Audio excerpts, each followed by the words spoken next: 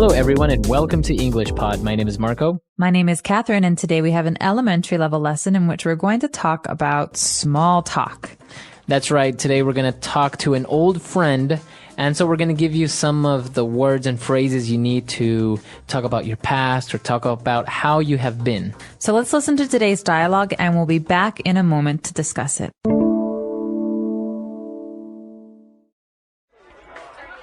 I hate coming to high school reunions. It'll be great, honey. We will get to see your old classmates and catch up to see how they've been doing. Yeah, I guess so. Oh, look. There's Robert Matthews. Rob! Hey, Bill. Wow. Great to see you. Likewise, it's been a long time. This is my wife, Dorothy. Pleasure to meet you. So, Bill, how have you been? Can't complain. We have 2 children who are in college, and my business is going well. How about you? You know me. I'm a dedicated bachelor. I never married, although I do have a beautiful daughter with Mary. You remember her. We were high school sweethearts. It didn't really work out between us, but I really can't complain either. That's good. Have you seen Frank? I was hoping he would come tonight. You didn't hear? Frank passed away last year. Are you serious? Nah, I'm just janking your chain. He'll be here soon. I saw him last week. He told me he would show up. All right, we're back. So now let's get started with our language takeaway. Language takeaway. The first phrase we have here in language takeaway is a very important one because it is the setting for today's dialogue. We are at a high school reunion. That's right. So everyone knows what high school is, but a high school reunion is when you go back to your high school for a party, maybe 5 years or 10 years after you graduate. So then you meet all your old friends from high school. You talk about, how you have been and just meet up with everyone that maybe you haven't seen in a very long time. Exactly. So a reunion usually happens every 5 years, 10 years, or 20 years. It can happen at different times, but this is important because you can have many different kinds of reunions, like a college reunion or a high school reunion. I've even heard of some people who had an elementary school reunion. Really? Wow. Imagine seeing your classmates when you were maybe 10 years old. I couldn't imagine it. All right. So we're at a high school reunion, and we are there because we're going to meet our old classmates and to catch up and see how they have been. Okay, so this is exactly what you do at a reunion. You catch up with people that you maybe lost touch with. To catch up means to find out about what people have been doing since the last time you talked. So maybe Right. Marco and I were classmates in high school and we haven't talked in 10 years. I say, Marco, I want to catch up. I want to learn about what you do, who you married, where Right. you work, things like that. Right. So when 2 people get together to catch up, maybe it doesn't even have to be a very long time. Maybe you haven't seen your friend for a week. And so you want to get together, have a cup of coffee, and catch up and see how the relationship has been going or how his work. So you want to catch up. So you can say this in a very simple way. Let's catch up, or it's been nice to catch up. That's right. All right, moving on to our next word. This guy, Bill, meets up with Robert Matthews, and they're saying, hey, wow, great to see you. And he answers by saying, likewise. So it's good to see you. Likewise. Right. That means it's good to see you too. So you don't have to repeat everything that person just said. For example, if I just meet someone new and I say, it's a pleasure to meet you, you can say, I could say likewise. likewise. Because I don't want to say, it's a pleasure to meet you too. That's so many words. So likewise is a very short way to say all of those things. That's right. So we were finding out about Robert Matthews, and he says that, he is a dedicated bachelor. So a dedicated bachelor. What is a bachelor, Marco? So a bachelor is a person who is not married, a person who is single. A man. A A man. woman cannot be a bachelor. So a bachelor is specifically a man, and he's not married. And we often have a stereotype. That means we have an idea of what a bachelor lives like. Right. You know, he has only beer in his refrigerator, and he has many relationships and no wife. So That's right. So a dedicated bachelor is a person who is not married and doesn't really seem to want to get married or any of this. He wants to stay single. exactly. Okay. And, well, to finish off, this guy Robert lied a little bit to Bill, saying that Frank had passed away. That's really mean. Yeah. But this phrase "to pass away" is very important and something we should talk about. So what does it mean to pass away? It's another way of saying he died. So But it's nicer. Yeah, it's a lot more subtle and nicer. So instead of saying Frank died, you say Frank passed away. So you could say, last year my grandmother passed away. That's a way of saying that my grandmother died last year. But again, it's a lot nicer way to say. Right, because the word died can be a little bit too direct and too harsh. So maybe saying my grandmother passed away last year, it's a nicer way of saying it. Mm-hmm. Okay, so that's all the language takeaway you have. Let's take a look at our dialogue again, and we'll be back.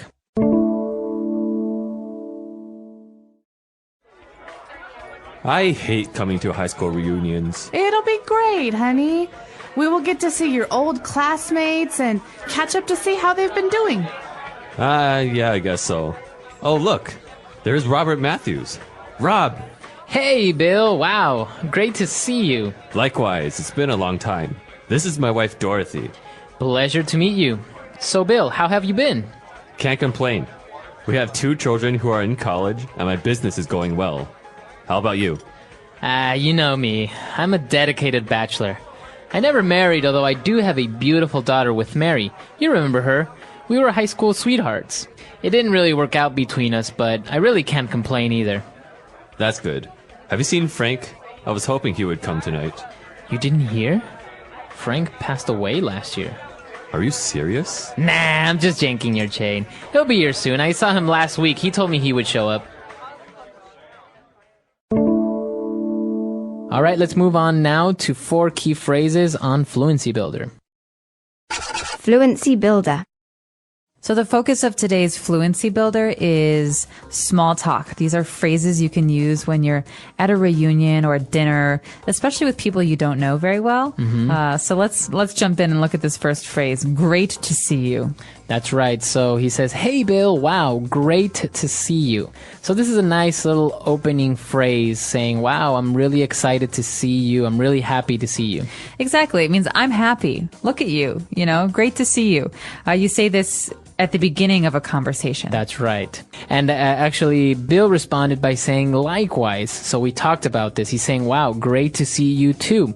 Then he continues by saying, it's been a long time. This means that these 2 people, they have not seen each other in a very long time. You can also say, it's been so long, or it's been a long time. That means it's been a long time since we last saw each other. That's right. So Robert goes on to ask Bill, he says, well, how have you been? How are things? Bill answers by saying, can't complain. Okay, so this is not grammatically correct. Normally you need a subject. Right. I can't complain. But when we're speaking in English and we're having a conversation like this, it's okay to say just can't complain as a phrase. So he's saying, how have you been? Well, I can't complain. Right. Or can't complain. That means nothing bad has happened. Things Right. are okay. Right, you're saying that things are good, they're not fantastic, but they're not bad either, so you can't really complain. So it's just a phrase where very directly you can say, oh, can't complain, everything's great. So you could even say this about other things, like, I asked John how his job was, and he said, can't complain. Right. It means not great, but it's not bad. Right, exactly right. All right, and obviously we saw how Robert lied to Bill by saying that their good friend Frank had passed away. And he said, are you serious? Nah, I'm just yanking your chain.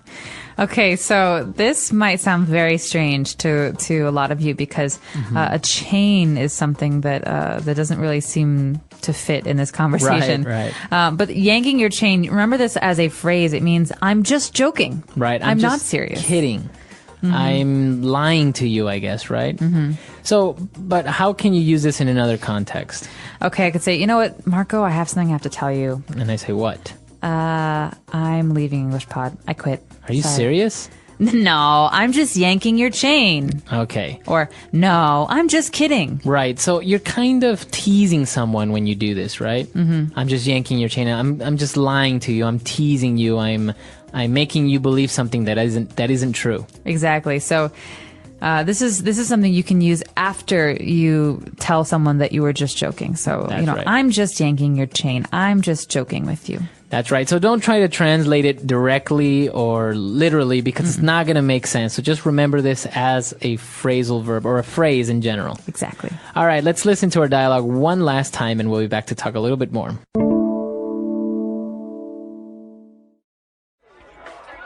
I hate coming to high school reunions. It'll be great, honey. We will get to see your old classmates and catch up to see how they've been doing. Yeah, I guess so. Oh, look. There's Robert Matthews. Rob! Hey, Bill. Wow. Great to see you. Likewise, it's been a long time. This is my wife, Dorothy. Pleasure to meet you. So, Bill, how have you been? Can't complain. We have 2 children who are in college, and my business is going well. How about you? You know me. I'm a dedicated bachelor. I never married, although I do have a beautiful daughter with Mary. You remember her. We were high school sweethearts. It didn't really work out between us, but I really can't complain either. That's good. Have you seen Frank? I was hoping he would come tonight. You didn't hear? Frank passed away last year. Are you serious? Nah, I'm just yanking your chain. He'll be here soon. I saw him last week. He told me he would show up. All right, so we're back and talking about high school reunions. These are very popular in the United States, right? They are very popular, and I think people often have them every 5, 10, 15, 20 years. But most people don't go to the high school reunion until either 10 or 20 years after their high school graduation. Why is that? I think at 5 years is very soon. 10 years is nice because you haven't seen people, but 20 years is really, I think, shocking because people can be completely different or Right. they could be the same. But it's Right. been, you were 18 when you graduated high school. Now you're 38 years old. You have Right. this whole life that you've had. And so I think it's much more interesting. Yeah, it's very interesting, and I guess people go to these things half because they do want to maybe meet up with old friends that they haven't kept in touch with. I think especially this was very popular before the whole internet revolution. Now everyone's in touch on Facebook and emails, and it's just so much easier to keep in touch. But before, you have to remember that, it was basically by telephone or by mail. So actually seeing a person 10 years or catching up with them was very difficult back then.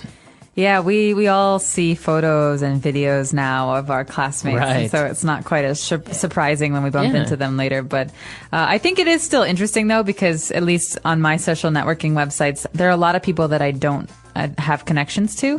And so I look forward to my high school reunion when I get to see some of these people and kind of find out what they've been doing for the past 10 or 15 years.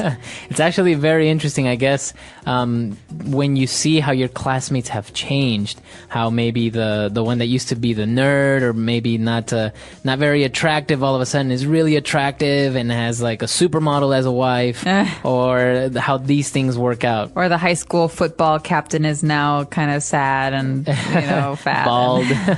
So yeah, these are the types of surprises that people look forward to when they go to high school reunions. The English Pod Audio Review. Listen to the meaning, then say the vocabulary word. Meet each other. Catch up. Have strong loyalty to someone or something. Dedicated. Also. Likewise. Deceive someone in a friendly or playful way. Yank your chain. The person who you loved in high school. High school sweetheart. Let's try that faster. Deceive someone in a friendly or playful way. Yank your chain. Meet each other. Catch up. Also. Likewise. The person who you loved in high school. High school sweetheart. Have strong loyalty to someone or something. Dedicated. Now say the word and hear it in a sentence. Catch up.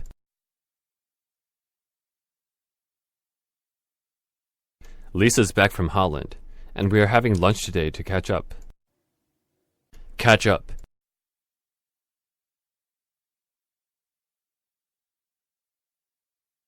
Hi, Jonas. I haven't seen you in a long time. Do you want to grab a drink after work to catch up? Catch up.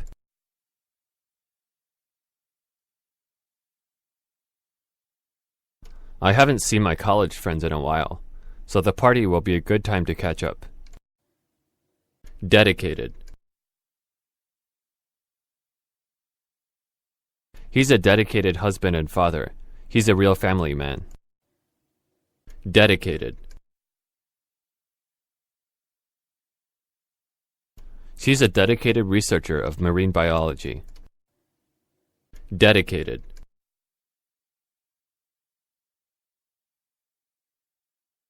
We need to hire a dedicated translator once we start doing more business with Vietnam. Likewise. I told Edward I'd liked him, but he didn't say likewise. Likewise.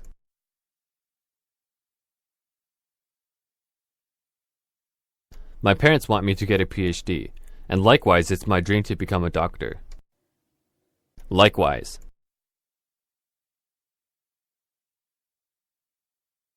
I ordered a mocha coffee and a muffin, and Janet did likewise. High school sweetheart.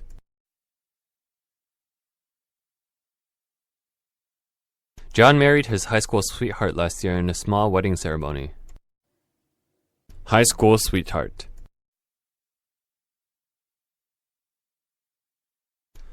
Laurie stayed with her high school sweetheart all through college. High school sweetheart.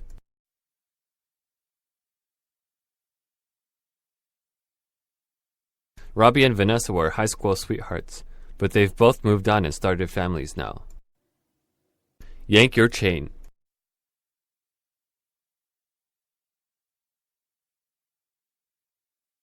My Uncle Tommy loves to joke around and yank your chain.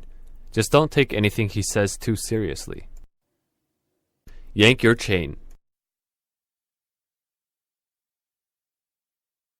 I hate it when people yank my chain when I'm trying to be serious. Yank your chain.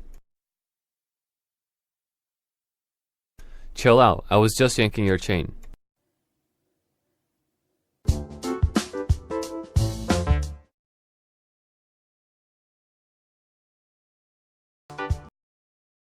In today's story, we'll uncover 5 powerful lessons about managing money.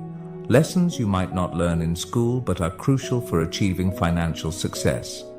As we dive into Sam's journey, we'll also learn some new words and see how to use them in sentences. This will help us practice English in a fun and easy way. So, stay with us till the end. Once upon a time, in a bustling little town, there lived a 27-year-old man named Sam. One afternoon, he sat on the side of the road, lost in thought. Despite working hard for 5 years, his life hadn't improved. Sam wondered if there was a way to escape poverty and achieve true wealth.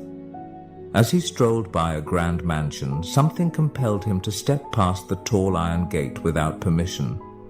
Little did he know, this daring act would lead him to a life-changing lesson about money. From afar, he saw an elderly man sitting on a garden bench with a cup of coffee in hand. This man was Mr. Hayes, the mansion's owner, a wealthy but humble and generous soul.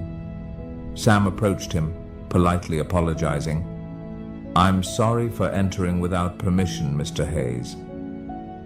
Recognizing Sam, Mr. Hayes was surprised by his sudden visit but welcomed him kindly, curious to know why he had come. Sam took a seat beside Mr. Hayes and began, "Sir, I've worked for 5 years, earning a decent wage, yet my life hasn't changed. I don't splurge, but I just can't seem to get ahead. Do you have any advice on how someone like me could become wealthy?" With a warm smile, Mr. Hayes replied, "Anyone can achieve wealth, Sam, including you." He continued, "I'll share 5 principles about money that you won't learn in school. Follow these carefully, and I assure you, you'll find yourself on the path to financial success." Eagerly, Sam listened as Mr. Hayes began. "The first rule," Mr. Hayes said, "is to spend less than you earn. This is the foundation. If you don't master this, you can't move on to the other steps. For example, if you make $5,000 a month, set aside at least $2,000. If it's $3,000, save $1,000. Avoid expenses that exceed your income, whether loans or gambling. Even with a 6-figure salary, without this rule, you'll remain in debt." Sam nodded thoughtfully, absorbing each word. Mr. Hayes took a calm sip of his coffee and continued. "The second rule is to have an emergency fund. Life is unpredictable. Car repairs, a leaky roof, or even layoffs can happen at any time. Without an emergency fund, you're forced to borrow or sell assets at a loss, which restricts your options and adds stress. Think of it as your safety net, protecting your finances when unexpected events arise." Sam nodded again, appreciating the wisdom in this approach. "Let's get to the third lesson, which is investing. Now, people like you might feel unsure about investing in a business or stock since you may not have much knowledge. So, the best investment you can make right now is in yourself." "Curious?" Sam asked. "How, sir?" Mr. Hayes continued, "Take your skill set, whether it's carpentry, plumbing, or customer service. Invest your time, energy, and money into mastering it further. Learn where your boss sources materials or explore ways to market your services better. Use some of your savings to improve your expertise, attend courses, buy tools, or read relevant books." Realizing the value of these words, Sam looked at Mr. Hayes with newfound determination, regretting he hadn't learned this sooner. Mr. Hayes continued with the 4th lesson. "Now that you're gaining skills, it's time to start earning more. Once you've honed your abilities, maybe you'll start your own business and your income will grow. You're no longer paid per hour but earn based on what you produce. The harder you work, the more you earn." The sky was getting darker, yet Sam felt no urge to leave. He was eager to learn the final principle. Mr. Hayes looked at him and said, "And finally, the 5th lesson, create passive income. When you've applied the first 4 principles, you should have extra money. Now, it's time to let your money work for you. You can invest in property, start a rental business, buy a franchise, or research other sources of passive income. Think carefully and choose wisely." "How about it, Sam? Are you ready to take on these lessons?" Mr. Hayes asked, ending the conversation with a gentle smile. Brimming with excitement, Sam replied, "I used to just go to work, save a little, and hope for wealth to come my way. But I now understand that there's a real strategy, and I'm thankful, sir, for the invaluable guidance." Today we learned new words and sentences through this story about wealth and financial wisdom. Remember, learning English can be fun when you practice regularly. So, keep listening, learning, and growing. Make sure to like, comment, and share how this story helped you improve your English. Thank you for watching, and I'll see you in the next story, where we'll continue learning together. The English Pod Audio Review. Listen to the meaning, then say the vocabulary word. Something is usual or expected. Norm. The money that a country uses. Currency. The sum of money required to reinstate. Margin deposit. Taking effect rapidly. Drastically. Very quickly, just a second. Split second. An offer to pay a particular amount of money. Bid. Let's try that faster. The sum of money required to reinstate. Margin deposit. Something is usual or expected. Norm. Very quickly, just a second. Split second. An offer to pay a particular amount of money. Bid. Taking effect rapidly. Drastically. The money that a country uses. Currency. Now say the word and hear it in a sentence. Norm. What's the norm in this company concerning protocol? Norm. This is the norm, so you'd better get used to it. Norm.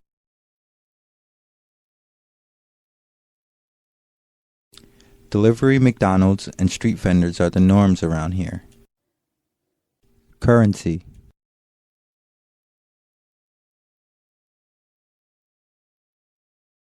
Before I went to France, I had to change some of my Canadian currency into euros. Currency. What's the currency in this country? Currency.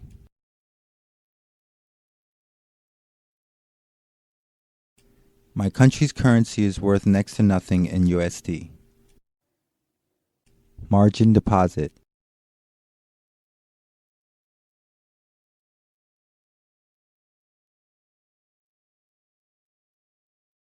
He decided to start with a margin deposit of GBP 100.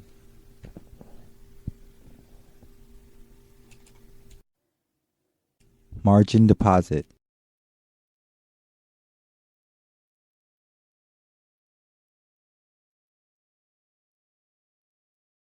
I can't believe that I can trade with USD 1 million deposit when I've only put in a margin deposit of USD 10,000. Margin deposit.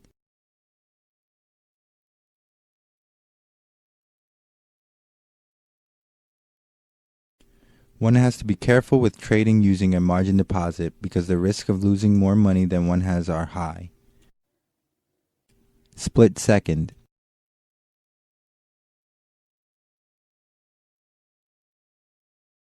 The gang members were closing in on me fast, so I made a split-second decision to run instead of fight. Split second.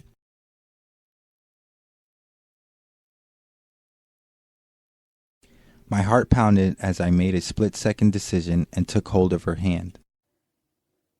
Split second.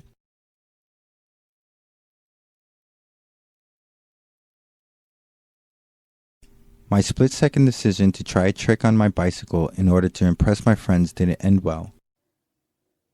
Bid.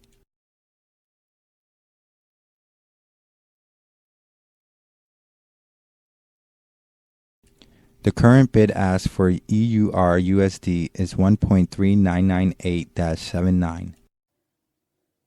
Bid.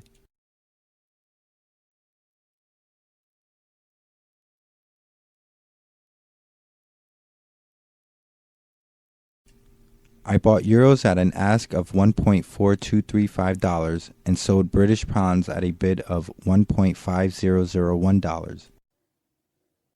Bid.